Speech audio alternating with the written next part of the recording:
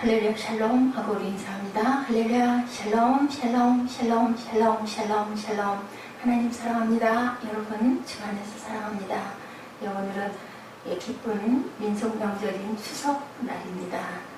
오늘 15장 1절에서 11절 세상에 가난한 자를 두신 목적이라는 제목으로 함께 은혜를 나눠보도록 합니다. 세상에 가난한 자를 두신 목적이 하나님께서 있다 하십니다. 내 제7년 끝에는 면제하라. 신명기 15장 1절 말씀이죠. 면제 규례는 이러하니라. 그의 이웃에게 부어준 모든 체주는 그것을 면제하고 그 이웃에게나 형제에게 독촉하지 말지니 이는 야훼를 위하여 면제를 선포하였습니다. 이방인에게는 네가 독촉하려니와 내 형제에게 구워준 것은 내 손에서 면제하라. 단순히 그들을 도와주려는 구제의 목적 이상으로 세상에 가난한 자를 두신 목적이 있다고 말씀하죠. 내 옛 처지와 내 옛 상태를 똑똑히 기억하라. 그리고 남의 빚을 탕감해주는 면제인의 규례도 내 죄에 탕감받은 은혜를 기억하라는 깊은 하나님의 깊은 뜻이 신학적으로 담겨 있습니다. 11절 om신이 해야 했던 말라기 시대에 도둑질을 남은 것을 자기 것으로 챙기는 행위를 말하죠. 남의 걸 그냥 허락 없이 그냥 슬쩍 주머니에 넣는 것 도둑질입니다. 그렇다면 하나님은 무엇 때문에 11조와 허물을 드리지 않은 것에 대해서 도적질하는 것으로 저주를 받는다는 심한 말씀으로 책망을 하셨을까요? 말라기 3장 8절이죠. 말라기 당시에 이스라엘은 하나님으로부터 심한 책망을 받습니다. 그 이유는 고아와 나그네와 과부같이 스스로 생활해나갈 수 없는 약자에 대한 배려가 자꾸 희미해져 가고 있기 때문이죠. 어때요? 세상이 그렇게 남약자를 도와주거나 그렇게 베풀지 않으면 세상이 아주 완악해졌겠죠. 그런 시대였다. 14장 11조에 대해서 말씀을 제가 드리면서 11조를 함께 먹고 즐거워할 때 분귀신의 기업이 없는 레위인을 저버리지 말고 함께 먹고 즐거워야 한다. 그렇게 기록되어 있는 것을 증거했습니다. 이스라엘은 매 3년마다 소산의 10분의 1을 내어서 저축을 해야 했는데 그 용도는 분깃이나 기업이 없는 레위인 그리고 나그네, 고아, 과부, 힘없고 생활력 없는 사람들을 위해서 배부르게 하기 위해서라고 합니다. 따라서 11조는 나 혼자 즐겁게 먹고 마시고 배부르면 되는 것이 아니고 소득이 없는 자들과 함께 먹고 배부르기 위해서 나누는 11조였죠. 이것이 말라기에서 말씀하는 온전한 11조입니다. 고아 과부 등 가난한 자를 위해 11조를 바치는 것은 애굽에서 나올 때 정신으로 돌아가라. 너희들도 나그네였지 않느냐. 그 출애굽해서 광야 생활할 때 너희 어땠었냐. 그것을 한번 기억해 보라는 말씀입니다. 그것은 단순한 구제 차원 이상의 것이죠. 너희가 노예되었던 비참한 때를 절대 잊지 말라. 이스라엘은 이러한 사회적 약자들에 대하여 소홀해져 가고 그래서 11조 되는 것을 너희들이 꼭 기억을 하라고 말씀합니다. 내 배만 부르면 된다는 식으로 없는 자의 배고픔에 대해서 전혀 마음을 두지 않는다면 그러면 안 된다. 레위인, 고아, 과부, 사회적 약자들을 위한 11조가 제대로 들어오지 않아서 하나님 성전에 창고가 비게 되었다. 말라기 3장 9절 10절이죠. 그래서 너희의 11조를 내게 주어 네가 나를 시험해봐라. 네 창고가 가득가득 찰 것이다. 라고 오죽하면 말씀을 하십니다. 하나님께서 이러한 규례를 세우신 것은 가난한 자를 구제하기 위함만이 아니고 만약 가난한 자들이 불쌍해서 그들을 돕기 위해서라면 굳이 인간들에게 11조를 요구하지 않았을 거예요. 하나님이 얼마든지 다른 방식으로 가난한 자들에게 주실 수 있기 때문이죠. 오늘의 구제 역시 단순히 없는 자들을 돕는 차원 이상임을 우리가 알아야 된다. 그렇다면 이스라엘 사회 속에 가난한 자들을 있게 하신 그들을 위해서 11조를 하라고 하신 진정한 의미는 무엇 때문일까? 우리 한번 깊이 묵상합니다. 하나님 다만 애굽에서 나올 때 이스라엘을 원하시는 거죠. 레위 사람과 나그네와 고아와 과부와 함께 즐거워하라. 너희도 이집트에서 종살이에 있음을 기억하라고 16장 11절 11절에도 증거합니다. 이스라엘이 애굽에 있을 때는 모두 종이고 나그네고 객이었지 않느냐는 거죠. 너나 할 것 없이 약자였고 그리고 고아와 과부 같은 신세이기도 했다. 그때는 부자 가난한 자의 구별이 필요 없었다.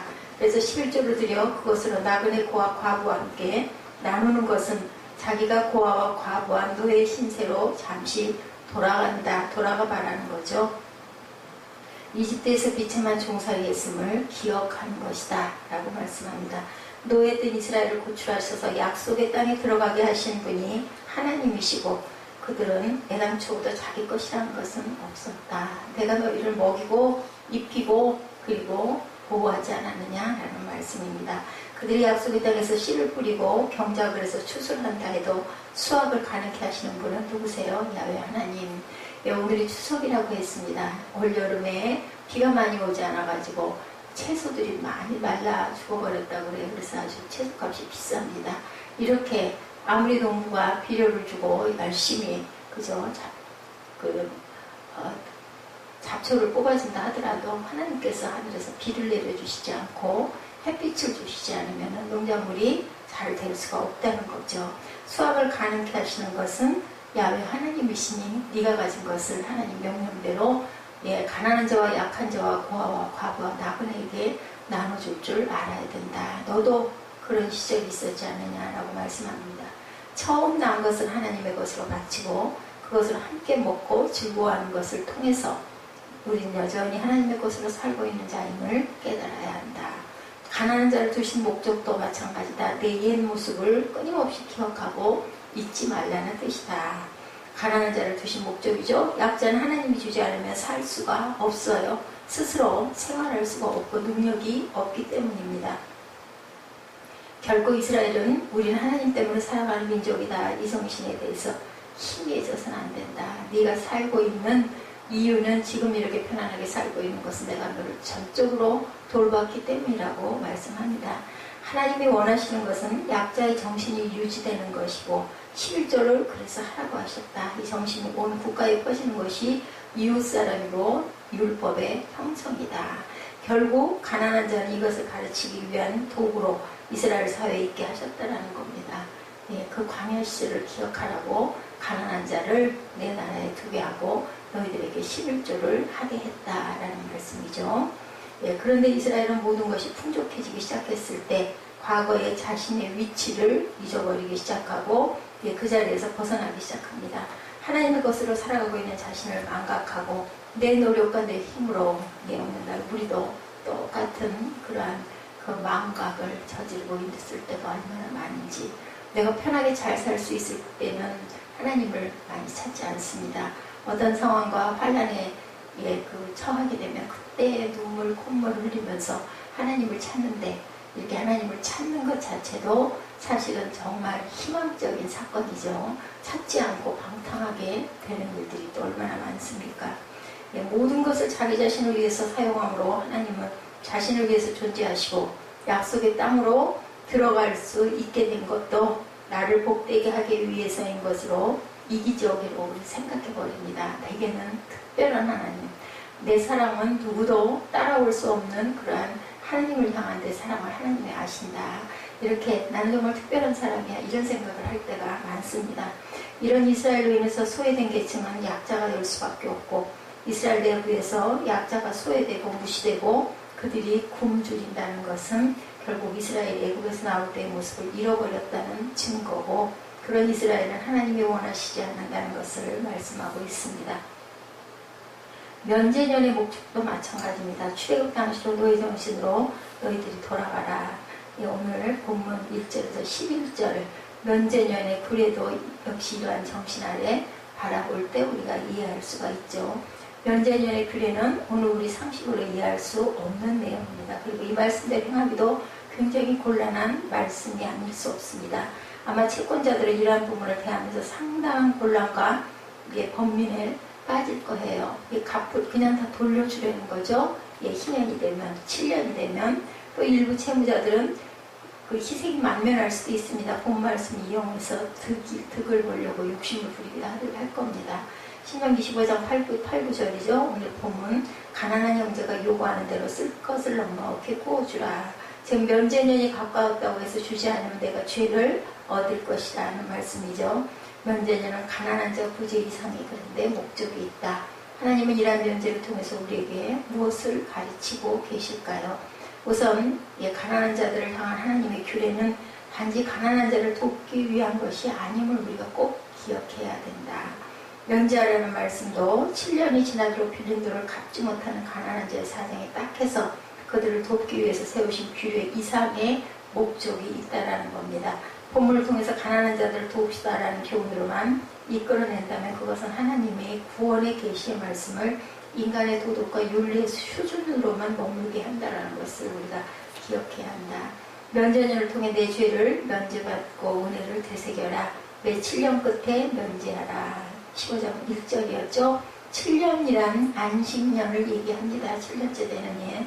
면제는 아무 때나 마음대로 하는 것이 아니고 안식년 끝에 하도록 되어 있죠. 안식년이란 인간의 죄로 인해 깨어진 안식이 하나님의 희생 덕분으로 다시 회복되는 날이기도 합니다. 하나님으로부터 죄를 면제받음으로 안식을 누리게 된 자로 안식을 배우고 가르치라는 의미로 빚을 면제하라는 말씀이기도 합니다. 즉 돈을 빌려준 사람은 면제의 중으로 나도 하나님의 희생 덕분에 죄가 면제됨으로 안식을 누리는 자다라는 것을 배우는 것이고, 가난해서 돈을 갚지 못한 자는 면제받음을 통해 역시 나는 하나님의 면제해 주신 덕분에 안식을 누리는 자다는 것을 배우는 거다. 결국 하나님이 세우신 면제의 규례의 참된 목적을 모를 때 그 사람에게는 면제하라는 규례가 짐이 되고 부담이 될 수밖에 없었던 거예요. 내가 누구에게도 돈을 구워줬는데 7년 되는 해에 그걸 그냥 다 갚은 걸로 없던 걸로 하라는 거니 얼마나 억울하겠어요. 그죠? 일반적으로. 결국 하나님 세우신 면제의 규례의 참된 목적은 어때요? 예, 그 면제하면 면제받은 사실을 나도 받았으니까 나도 이웃을 면제해야 된다는 것을 생각해라. 마태복음 18장 21절에 35절 보면 1만 달란트 빚진 자의 이야기 여러분들 잘 아시죠? 주인으로부터 1만 달란트를 탕감받아서, 왜 그런데 자기에게 그 1000고드란트라고 하나요? 그 100단위를 빚진 이웃의 빚을 탕감해 주지 않고 멱살을 잡고 욕을 하고 그저 감옥에 쳐넣는 바람에 결국 1만 달란트까지도 본인도 잃어버리게 되는 사건의 이야기입니다. 면제가 하나님으로부터 면제를 마음에 꼭 두고 살아가야 된다. 나도 하나님께서 내 죄를 사해 주셨으니 나도 이웃을 용서해야 된다. 같은 말씀이죠. 가진 것도 마찬가지다. 하나님께서 내게 주셔서 먹고 쓰고 그리고 편안했으니 나도 이웃의 것을 그냥 탕감해 줘야겠다라는 마음을 가져라 말씀입니다. 스스로 아무것도 할 수 없는 그런 우리들의 희생으로 인해서 죄의 빚을 탕감받고 하나님의 안식에 참여하는 복된 자가 될 수 있었던 이유는 하나님께서 우리의 모든 것을 책임져 주시고 그리고 탕감해 주셨기 때문이라는 것을 고백하는 거죠. 이웃의 것을 탕감해 주는 것은 결국 나에게 빚을 주고 빚을 갚지 못해 쩔쩔매는 가난한 이웃은 내 자신의 모습일 수도 있었으니 그것을 너희들 돌아보라는 말씀입니다.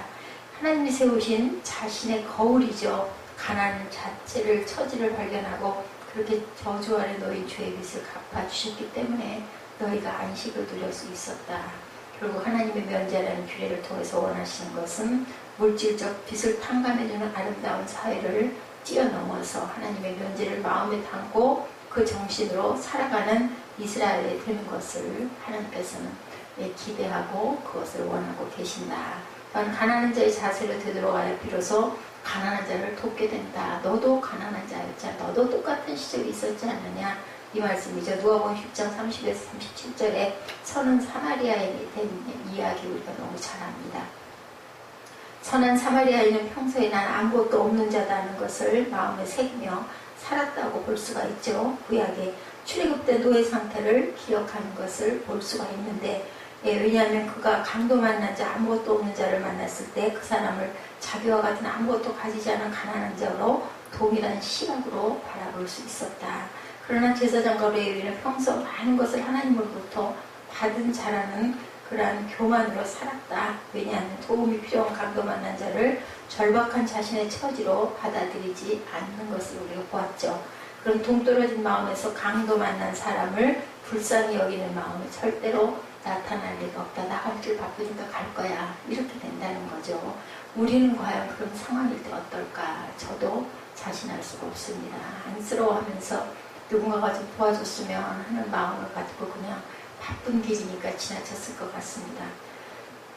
어떻게 살아갈 때 이스라엘은 복을 받게 되는데 그 복은 가난한 자가 없게 되는 것.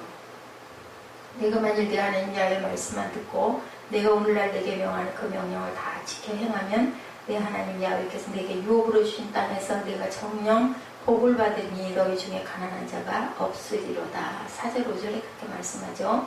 너희 중에 가난한 자가 없으리라. 이것이 말씀을 듣고 명령을 지켜 행하면 이스라엘에게 주어지는 복이라는 거죠. 결국 개인적인 복을 말씀하시는 것이 아니라 그 나라 이스라엘이라는 나라 전체에게 주어지는 복을 말씀하고 있다. 우리나라가 남북이 하나가 되려면 어떻게 할까요? 가난한 자를 돕고 내게 있는 것을 나눠줄 줄 아는 사랑을 실천할 때가 아닐까. 그 가난한 자란 이 내 이웃에 있는 가난한 자일 수도 있지만 지금 세계적으로 기아로 전쟁으로 고통받고 있는 죽어가는 어린이들 있죠. 예수를 증거하고 전하는 가장 큰 그런 표징은 그들을 돕는 것, 그들에게 우리가 가진 것을 나누는 것이다. 그렇게 생각을 합니다. 인간 사회에서 가난한 자란 귀찮은 존재로 취급받을 수밖에 없어요. 좀 그런 사람 없었으면 좋겠다. 아, 왜 마음 불편해 죽겠는데. 대개는 개척각 교회 가면 그런다고 그러죠. 사람들이 다 나만 쳐다보고 앉는 것 같다. 그래서 불편해서 개척교회는 못 가겠다는 얘기를 합니다. 왜냐하면 뭔가 좀 해야 될 것 같은데 귀찮고 그리고 거기에 매이는 게 내가 싫다. 이런 마음들이죠. 가난한 자는 국가에도 나라도 구제하지 못한다라는 옛말이 있습니다. 오히려 국가로부터 도움을 받아야 할 처지에 있다는 거죠. 또 사람들은 자기 위주의 가난한 자가 오는 것을 꺼려합니다. 주위에 오는 것을. 부유한 친척은 반갑게 맞이하고 가까이 하면서도 가난한 친척은 멀리하려고 하고 만나는 것조차도 귀찮아합니다. 만나면 도와줘야 할 상대이지 나에게 도움을 줄 힘이 있는 자가 아니기 때문에 불편하고 그죠? 뭔가 호감을 보이고 싶어 하지 않습니다. 그걸로 인하여 자꾸 연결돼서 자꾸 나에게 도와달라고 하면 내가 어떻게 할까? 마음이 불편한 거죠. 그래서 피하게 됩니다. 이런 인간 사회지만 이스라엘이라는 사회는 그런 모습이 있어서는 안 된다라고 말씀합니다. 가난한 자에게 마음을 강박해 하지 말고 손을 움켜쥐지 말고 요구하는 대로 부어주라. 이렇게 말씀합니다. 이것이 바로 면제전에 빚진 것을 면제해주는 살아있는 이스라엘의 모습이다. 그런 살아있는 정신이다. 다시 말해 7년째만 은혜의 모습을 보이는 것이 아니라 날마다 죄의 빚을 면제받는 은혜의 사람으로 너희들이 살아가라. 날마다 내 것이 아닌 하나님의 것으로 내가 살아가는 인생이라는 고백을 하고 가라는 말씀이죠. 지금은 신약입니다. 그 정신만 본받으면 본받고 살면 된다. 구약 이스라엘 백성들은 이렇게 하나님의 은혜를 11조의 규례나 면제의 규례 등을 통해서 확인하며 살아가도록 하셨지만 오늘 신약시대를 사는 우리들은 그런 규례는 필요가 없고 율법의 완성자로 규례의 정신을 확실하게 드러내신 예수님이 계시기 때문에 따라서 우리는 규례를 통해 은혜를 아는 것이 아니라 성령 안에서 주님의 은혜를 확인하면서 또한 같은 마음으로 내가 정말 죄인이었었지 그리고 이웃을 사랑하는 마음으로 나누고 부어주고 베풀 줄 아는 그러한 사랑의 마음을 가질 때 나라가 훈훈해지고 또한 남북도 하나가 될 수 있을 줄로 믿습니다. 오늘 귀한 중추절 추석 명절 한과의 마음 같아라 라는 얘기가 있죠. 오늘 즐겁고 복된 시간 하나님께서 우리에게 은혜로 이렇게 아름다운 나라에서 햇빛 주시고 공기 주시고 우리가 살아갈 수 있는데 부족한 것이 없이 채워주신 은혜를 한 번 더 기억하고 감사하는 귀한 추석 명절 되시기를 주님의 이름으로 축복합니다. 기도하시겠습니다.